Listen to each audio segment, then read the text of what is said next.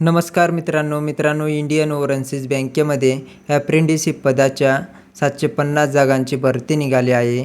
ज्यांना बँकिंग क्षेत्रात करिअर करायचं असेल ते अप्लाय करू शकतात. एका वर्षासाठी अप्रेंटिसशिप असणार आहे आणि चांगलं स्टायपेंडसुद्धा भेटणार आहे.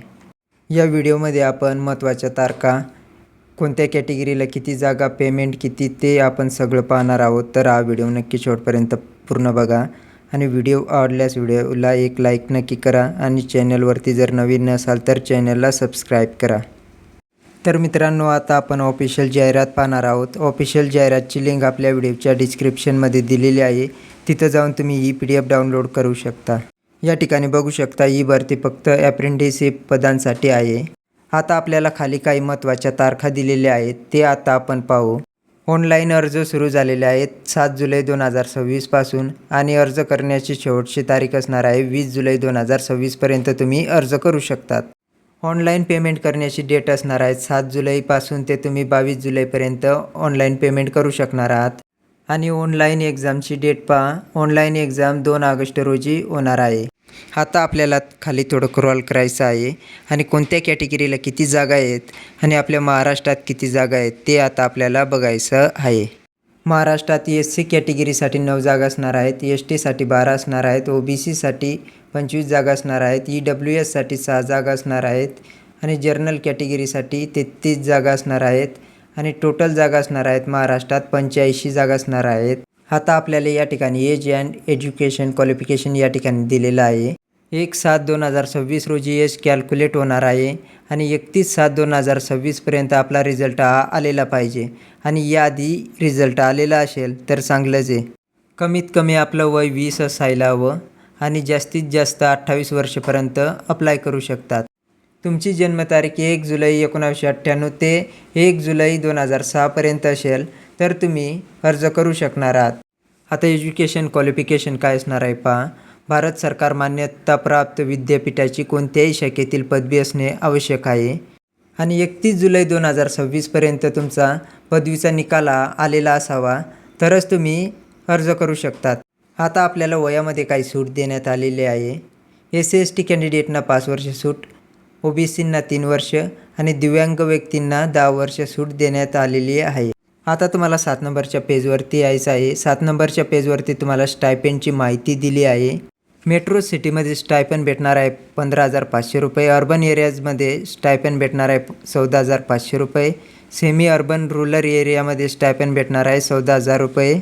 स्टायपेंड पर मंथ असणार आहे आणि अप्रेंटिसशिप केल्यानंतर तुम्हाला अप्रेंटिसशिपचं सर्टिफिकेट भेटेल आणि जेव्हा केव्हाही बँकेमध्ये जर जागा निघाल्या आणि 1 वर्षाचा जर अनुभव मागितला असेल तर तुम्ही अप्रेंटिसशिपचं सर्टिफिकेट देऊ शकता आणि तेव्हा तुमचं सिलेक्शन होण्याचं चान्स वाढेल. आणि जर आपल्याकडे अनुभवाचे सर्टिफिकेट नसेल तर आपले सिलेक्शन होण्याचे चान्स कमी होतात. ज्यांना बँकिंग क्षेत्रामध्ये करिअर करायचं असेल ते ही अप्रेंटिसशिप करू शकतात. स्टायपेंड कशा पद्धतीने भेटणार त्याची माहिती या ठिकाणी आपल्याला थोडक्यात दिली आहे. जर तुम्ही मेट्रो सिटीमध्ये अप्लाय केलं आणि तुमचं सिलेक्शन जर तिथं झालं तर तुम्हाला एकूण 15,500 रुपये प्रति महिना मिळतील.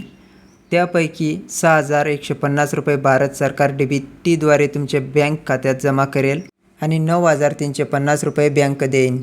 असे तुम्हाला एकूण 15,500 रुपये प्रति महिना मेट्रो सिटीमध्ये मिळेल.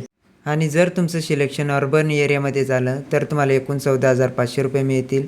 त्यापैकी भारत सरकार तुम्हाला DBTद्वारे 6,150 रुपये देईन आणि बँक तुम्हाला 8,350 रुपये देईल. असे तुम्हाला एकूण 14,500 रुपये मिळतील. आणि जर तुमचं सिलेक्शन सेमी अर्बन रूरल शाखेमध्ये झालं तर तुम्हाला एकूण 14,000 रुपये मिळतील. त्यापैकी भारत सरकार तुम्हाला 6,150 रुपये देईन आणि बँक तुम्हाला 7,850 रुपये देईन. असं तुम्हाला एकूण 14,000 रुपये मिळतील. त्यानंतर एक्झाम कशी होणार आहे ते पहा. MCQ टाईप एक्झाम होणार आहे. आपल्याला इथं टेबल दिलेलं आहे पहा. जर्नल फायनान्शियल अवेअरनेस 25 क्वेश्चन 25 मार्कासाठी, जर्नल इंग्लिश 25 क्वेश्चन 25 मार्क्ससाठी, quantitative and reasoning aptitude 25 question 25 मार्कासाठी, computer or subject knowledge 25 question 25 मार्कासाठी. टोटल क्वेश्चन असणार आहेत 100 क्वेश्चन असणार आहेत. तुम्हाला 100 क्वेश्चन 90 मिनिटात सॉल्व करायचे आहेत 100 मार्कासाठी.